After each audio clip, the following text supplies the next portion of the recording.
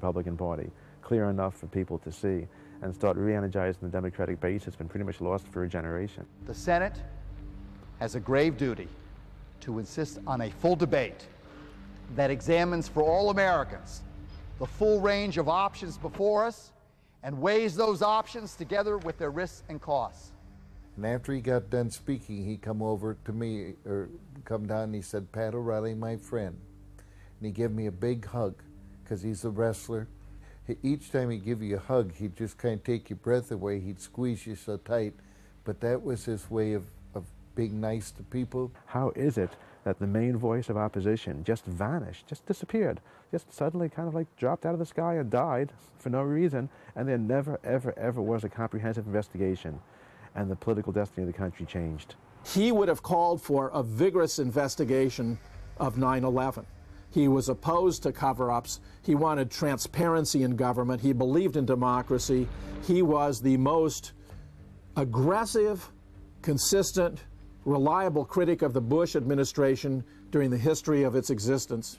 He had Halliburton in court, and that he was standing against the multi-billion-dollar profits of the Iraq war machine. He certainly wouldn't have been in the pockets of the pharmaceuticals and people that are running the country. And Wellstone, if you look at where he comes from, he was the most politically progressive member of the U.S. Senate, yet he came from a swing state that goes either way, Democrat, Republican. The re-election of Paul Wellstone, when the anti-labor groups threw everything, the pharmaceutical companies, the oil companies, the big HMOs, when they threw everything they could at him, when we would have won that, and we would have won that election. It was only 10 days before the election. Paul Wellstone had been pulling ahead. He was 6 to 7 points ahead of Norman Coleman, the former mayor of St. Paul, who was the hand-picked candidate of the Bush administration.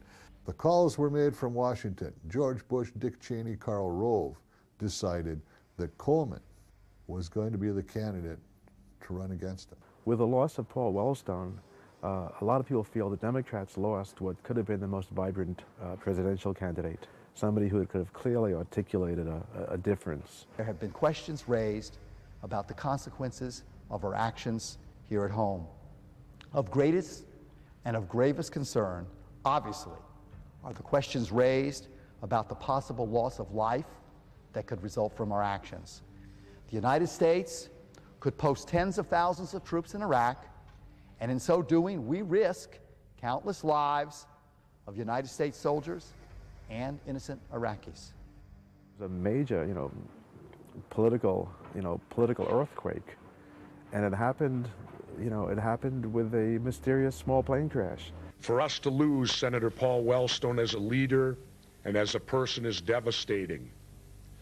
But for us to lose Sheila, Marcia, his dedicated staff,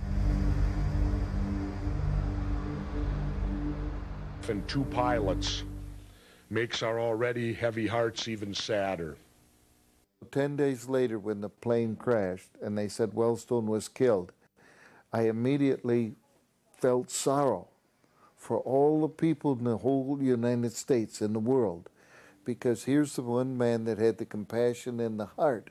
I knew they killed him.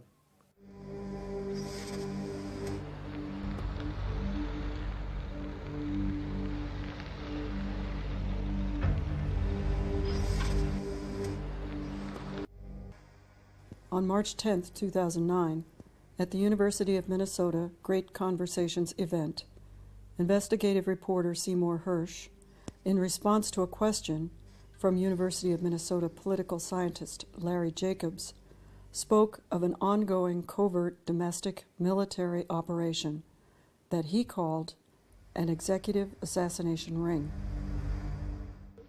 Things happen. And do they continue to happen to this day? Yep. After 9/11, I haven't written about this yet, but the Central Intelligence Agency was very deeply involved in domestic activities against people they thought to be enemies of the state without any legal authority for it. They haven't been called on it yet. That does happen. Right now, today, there was a story in the New York Times that, if you read carefully, mentioned something known as the Joint Special Operations Command, JSOC it's called, is a special wing of our special operations community that is set up independently. They do not report to anybody except in the Bush-Cheney days, they reported directly to the Cheney office. They do not report to the chairman of the Joint Chiefs of Staff or to Mr. Gates, the Secretary of Defense. They report directly to him. Congress has no oversight of it. It's an executive assassination wing, essentially. And it's been going on and on and on. Dick Cheney personally warned him that if he opposed the administration, there would be severe ramifications for him and for the state of Minnesota. He said, Paul, how was your week? And he said, my week was tough. The Vice President Cheney called me in and told me to get on their bandwagon or there'd be serious ramifications in Minnesota. And he said there is a lot of things that just don't add up. And just today in the Times, there was a story saying that its leader, a three-star admiral named McRaven, ordered a stop to certain activities because there were so many collateral deaths.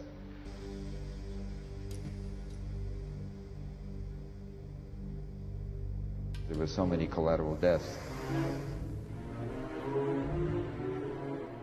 We were having a convention in the fall conference 10 days prior to Wellstone being killed.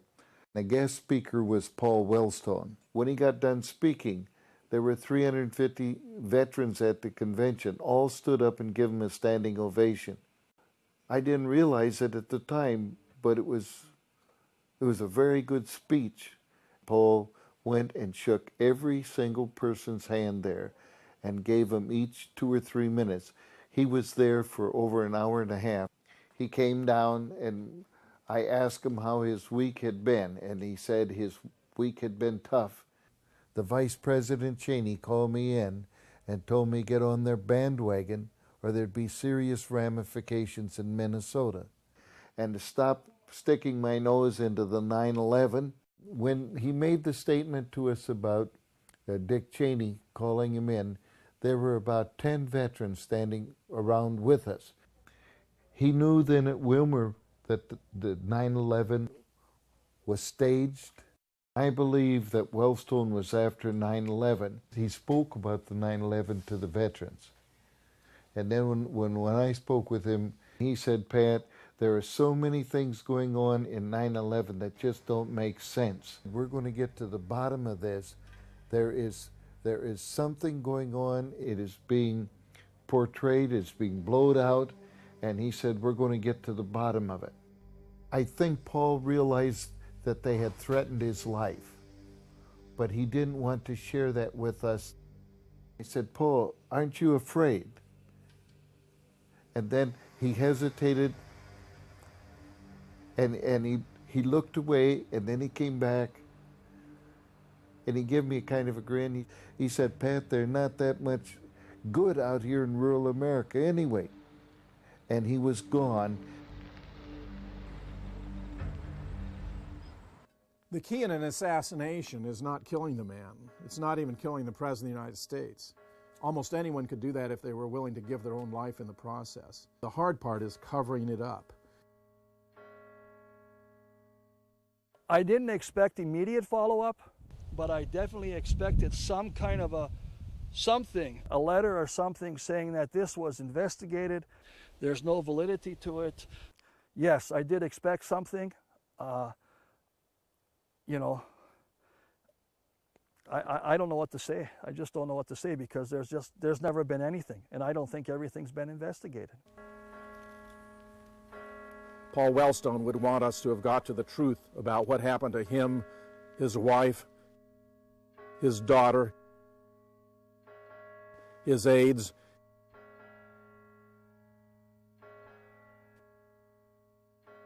and the 2 pilots who may in fact have done everything they could possibly do to keep that aircraft in the air.